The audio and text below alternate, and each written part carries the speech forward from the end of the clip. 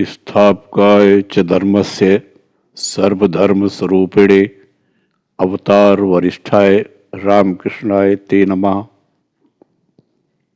जय ठाकुर, जय माँ। श्री रामकृष्ण देव और श्री केशव सेन।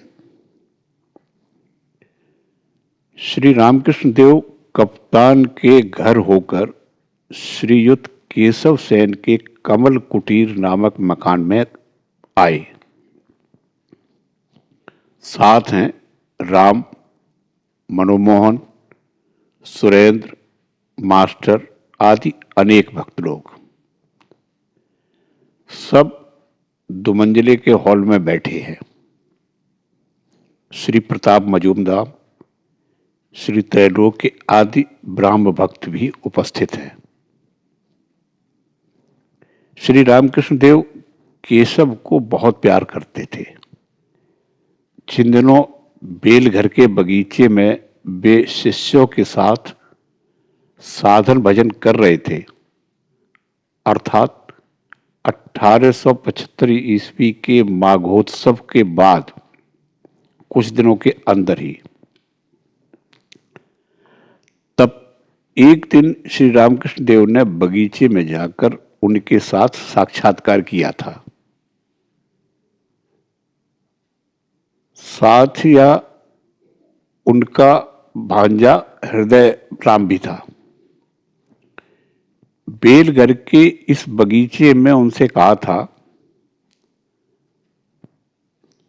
तुम्हारी दुम झड़ गई है, अर्थात तुम सब कुछ छोड़कर संसार के बाहर भी रह सकते हो और संसार में भी रह सकते हो। जिस प्रकार मेढक के बच्चे की दुम झड़ जाने पर वह पानी में भी रह सकता है और जमीन पर भी। इसके बाद दक्षिणेश्वर में कमल कुटीर में ब्राह्म समाज आदि स्थानों में अनेक बार श्री रामकृष्ण देव ने वार्तालाप के बहाने उन्हें उपदेश दिया था। अनेक पंथों से तथा अनेक धर्मों द्वारा ईश्वर प्राप्ति हो सकती है। इस बीच में निर्जन में साधन भजन करके भक्ति लाभ करते हुए संसार में रहा जा सकता है।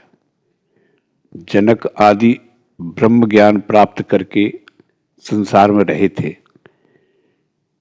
व्याकुल होकर उन्हें पुकारना पड़ता है, तब भी दर्शन देते हैं। तुम लोग जो कुछ करते हो निराकार का साधन, यह बहुत अच्छा है। ब्रह्म ज्ञान होने पर ठीक अनुभव करोगे कि ईश्वर सत्य हैं और सब अनित्य, ब्रह्म सत्य, जगत मिथ्या है। सनातन धर्म में साकार निराकार दोनों माने गए हैं। अनेक भावों से ईश्वर की पूजा होती है।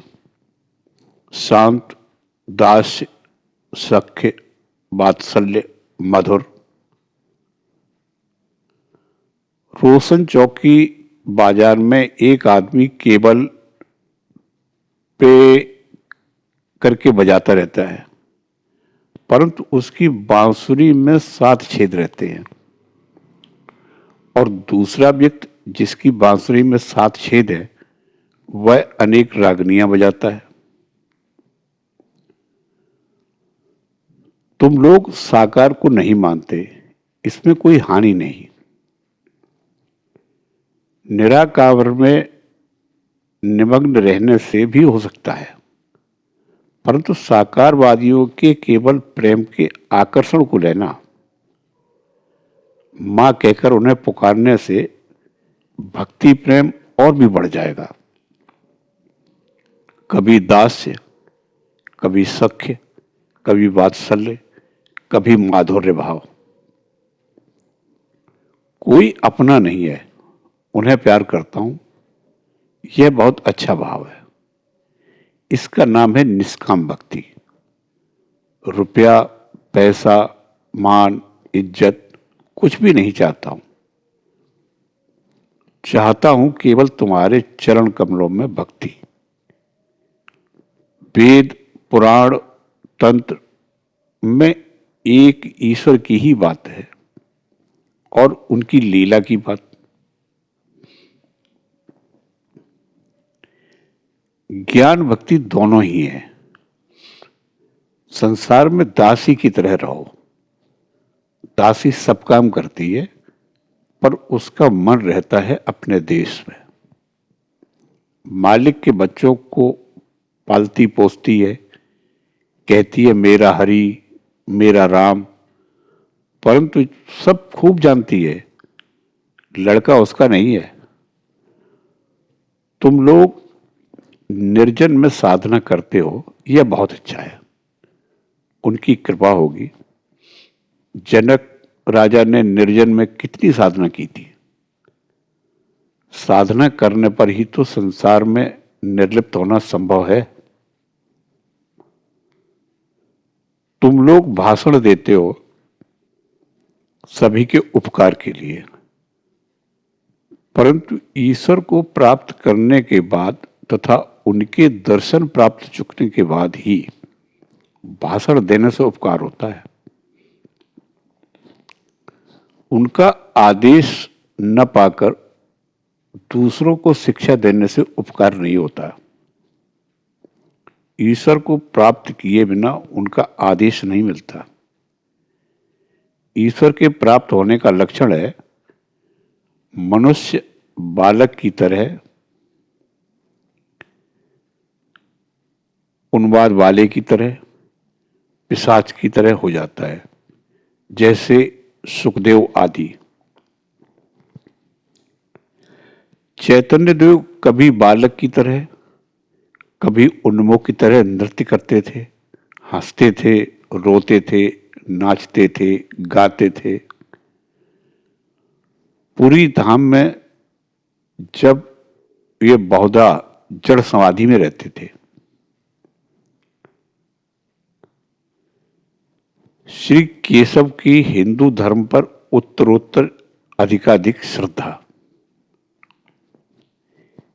इस प्रकार अनेक स्थानों में श्री रामकृष्ण देव ने वार्तालाप के सिलसिले में श्री केशव चंद्र सेन को अनेक प्रकार के उपदेश दिए थे। बेलघर के बगीचे में प्रथम दर्शन के बाद केशव ने 28 मार्च 1875 ईस्वी के रविवार वाले मिरर समाचार पत्र में लिखा था,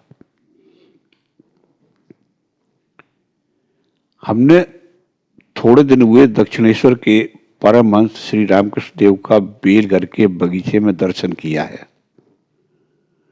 उनकी गंभीरता, अंतर्दृष्टि, बाल स्वभाव देखकर मुग्ध हुए हैं। वे शांत भाव तथा कोमल प्रकृति के हैं और देखने में ऐसे लगते हैं मानो सदा योग में रहते हैं।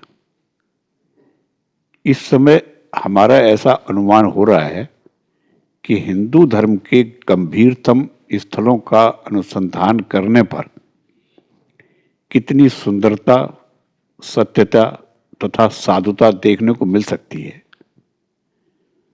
यदि ऐसा न होता तो परमहंस की तरह ईश्वरी भाव में भावित योगी पुरुष देखने में कैसे आते। 1876 के जनवरी में फिर माघोत्सव आया। उन्होंने टाउन हॉल में भाषण दिया। विषय था ब्राह्म धर्म और हमारा अनुभव।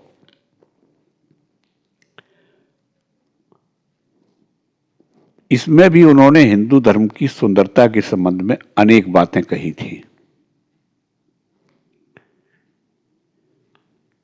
श्री रामकृष्ण देव उन पर जैसा स्नेह रखते थे, केशव की भी उनके प्रति वैसी ही भक्ति थी। प्रायः प्रतिवर्ष ब्रह्मोत्सव के समय तथा अन्य समय भी केशव दक्षिणेश्वर में आ जाते थे और उन्हें कमल कुटीर में लाते थे। कभी कभी अकेले कमल कुटीर के एक मंजिले पर उपासना गृह में उन्हें परम अंतरंग मानते हुए भक्ति के साथ ले जाते तथा एकांत में ईश्वर की पूजा और आनंद करते थे। 1879 ईस्वी के भाद्रोत्सव के समय केशव श्री रामकृष्ण देव को फिर निमंत्रण देकर बेलघर के तपोवन में ले गए थे। 15 सितंबर सोमवार और फिर 21 सितंबर को कमल कुटीर के उत्सव में सम्मिलित होने के लिए गए। इस समय श्री रामकृष्ण देव के समाधिस्थ होने पर ब्राह्म भक्तों के साथ उनका फोटो लिया गया। श्री रामकृष्ण देव खड़े खड़े समाधिस्थ थे, हृदय उन्हें पकड़कर खड़ा था। 22 अक्टूबर को महाअष्टमी नवमी के दिन केशव ने दक्षिणेश्वर में जाकर उनका दर्शन किया। 29 अक्टूबर 1879 बुधवार को शरद पूर्णिमा के दिन के 1 बजे के समय केशव फिर भक्तों के साथ दक्षिणेश्वर में श्री रामकृष्ण देव का दर्शन करने गए थे। स्टीमर के साथ सजी सजाई एक बड़ी नौका, 6 नौकाएं, 2 छोटी नाव और करीब 80 भक्तगण थे। साथ में झंडा, फूल पत्ते, खोल करताल, भेरी भी थे। हृदय अभ्यर्थना करके केशव को स्टीमर से उतार लाया, गाना गाते गाते। गाने का मर्म इस प्रकार है: सुरधुनी के तट पर कौन हरि का नाम लेता है, संभवतः प्रेम देने वाले निताई आए हैं। ब्राह्म भक्तगण भी पंचवटी में कीर्तन करते करते उनके साथ आने लगे। सच्चिदानंद विग्रह रूपनंद घन, उनके बीच में ये श्री रामकृष्ण देव बीच बीच में समाधि मग्न हो रहे थे। एक दिन संध्या के बाद बांध घाट में पूर्णचंद के प्रकाश में केशव ने उपासना की थी।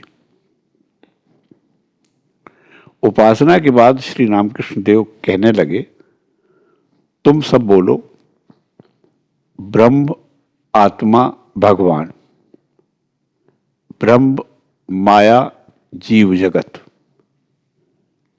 भागवत भक्त भगवान।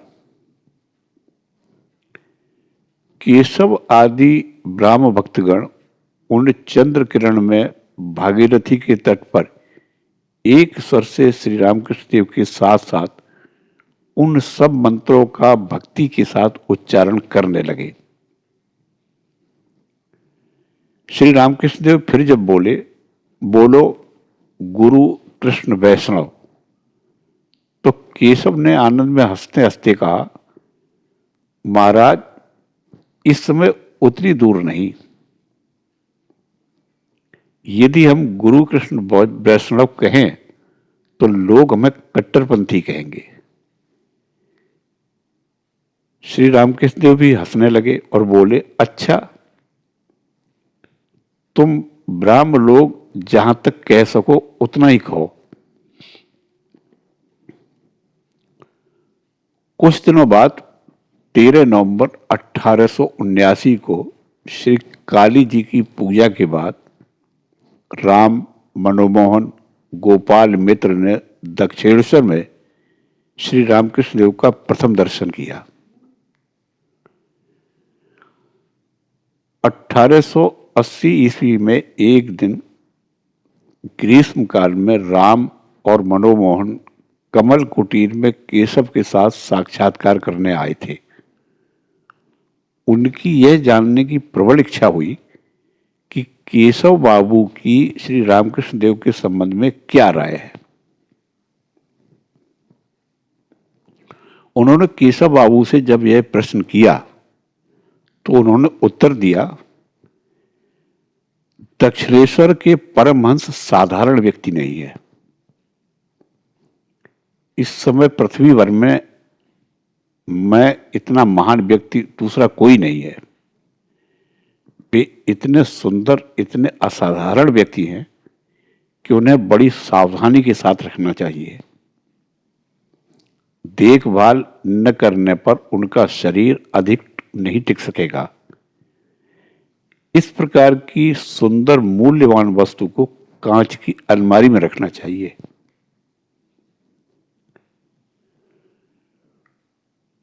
कुछ दिनों बाद 1889 के माघोत्सव के समय जनवरी के महीने में केशव श्री रामकृष्ण देव का दर्शन करने के लिए दक्षिणेश्वर में गए थे।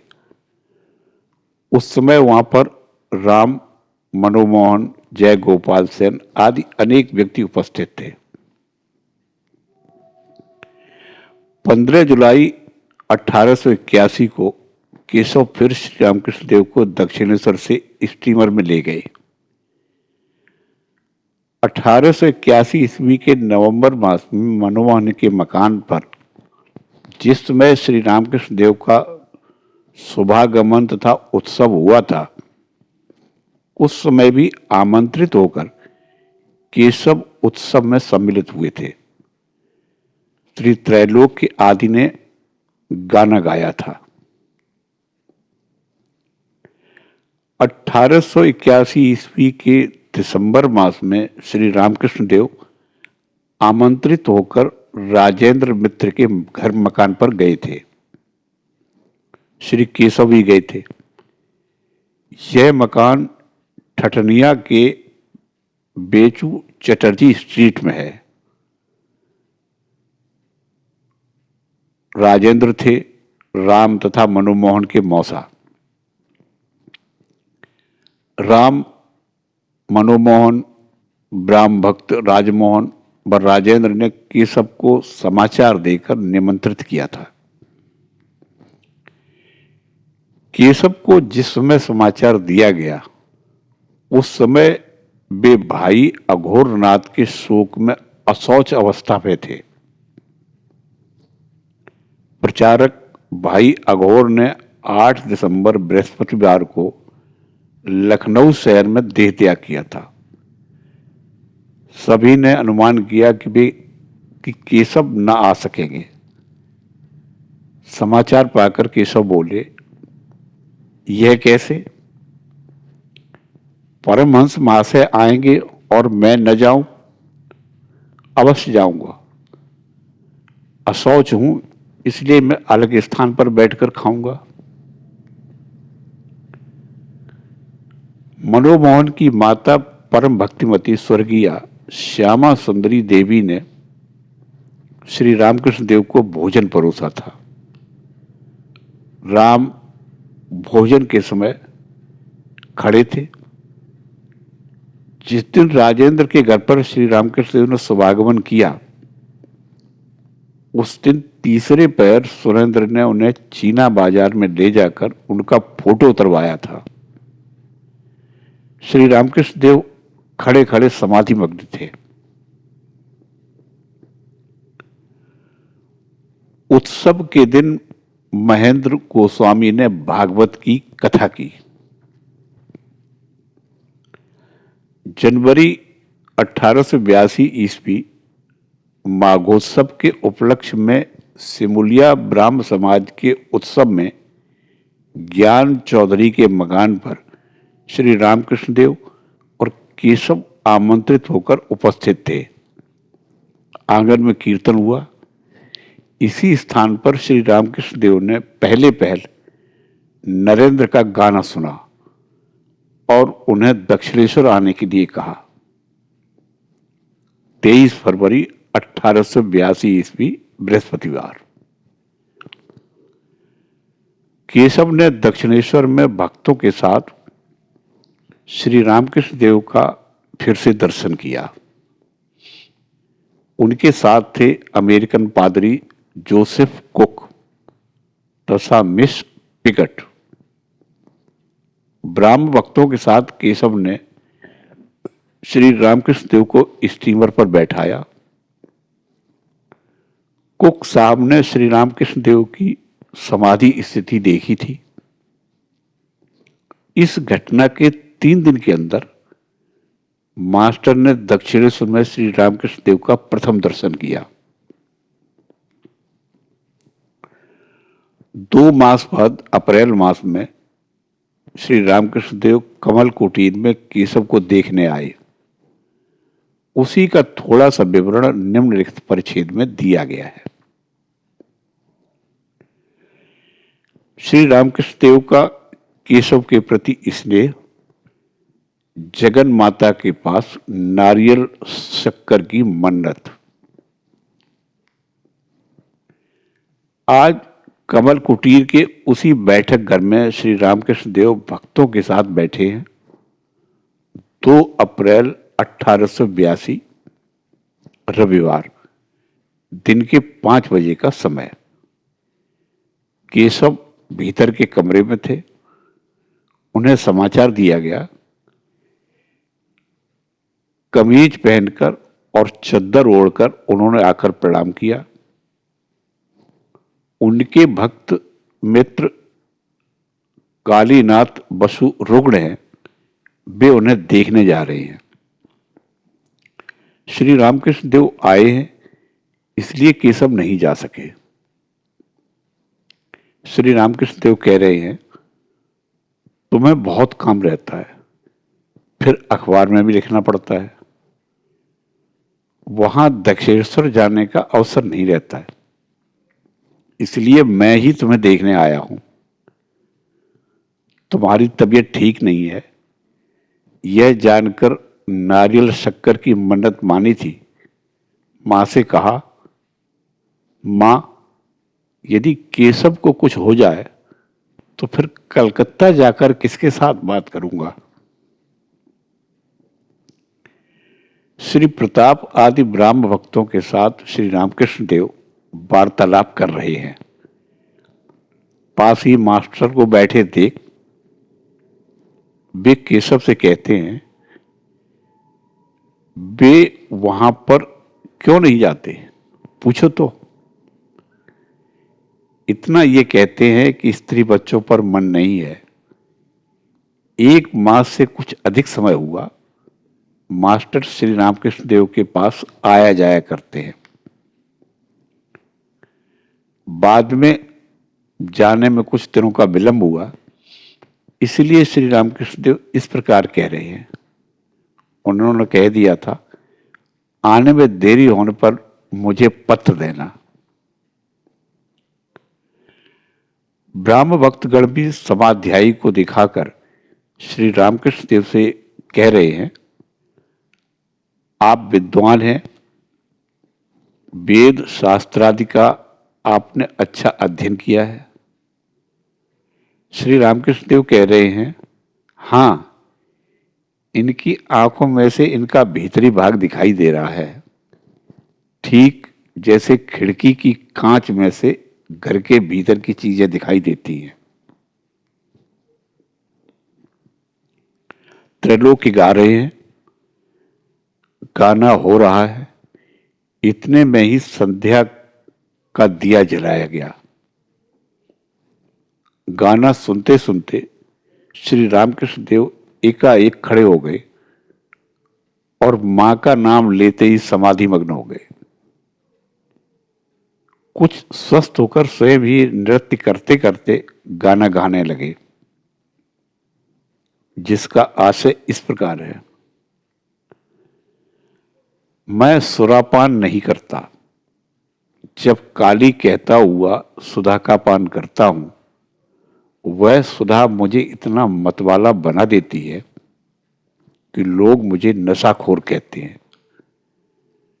गुरु जी का दिया हुआ गुड़ लेकर उसमें प्रवृत्ति का मसाला मिलाकर ज्ञान रूपी कलार उससे शराब बनाता है और मेरा मतवाला मन उसे मूल मंत्र रूपी बोतल में ले पीता है। पीने के पहले तारा कहकर मैं उसे शुद्ध कर लेता हूं। राम प्रसाद कहता है कि ऐसी शराब पीने पर धर्म अर्थ आदि चतुर्वर्ग की प्राप्ति होती है। श्री केशव को श्री रामकृष्ण देव स्नेहपूर्ण नेत्रों से देख रहे हैं, मानो अपने निजी हैं, और मानो भयभीत हो रहे हैं कि कहीं केशव किसी दूसरे के अर्थात संसार के न बन जाए। उनकी ओर ताकते हुए श्री रामकृष्ण देव ने फिर गाना प्रारंभ किया, जिसका भावार्थ इस प्रकार का है। बात करने से भी डरती हूं, न करने से भी डरती हूं। हे राधे, मन में संदेह होता है कहीं तुम जैसी निधि को गंवा न बैठो। हम तुम्हें वह रहस्य बतलाती हैं जिससे हम विपत्ति के पार हो गई है, और जो लोगों को भी विपत्ति के पार कर देता है। अब तुम्हारी जैसी इच्छा, अर्थात सब कुछ छोड़ भगवान के को पुकारो, वे ही सत्य हैं और सब अनित्य। उन्हें प्राप्त किए बिना कुछ भी न होगा, यही महामंत्र है। फिर बैठकर भक्तों के साथ वार्तालाप कर रहे हैं। उनके लिए जलपान की तैयारी हो रही है। हाल के एक कोने में एक ब्राह्म भक्त पियानो बजा रहे हैं। श्री रामकृष्ण देव प्रसन्न वदन बालक की तरह पियानो के पास खड़े होकर देख रहे हैं। थोड़ी देर बाद उन्हें अंतःपुर में ले जाया गया। वहां भी जलपान करेंगे और महिलाएं प्रणाम करेंगी। श्री रामकृष्ण देव का जलपान समाप्त हुआ। अब वे गाड़ी में बैठे। ब्राह्म भक्तगण सभी गाड़ी के पास खड़े हैं। कमल कुटीर से गाड़ी दक्षिणेश्वर की ओर चली। जय ठाकुर, जय मां।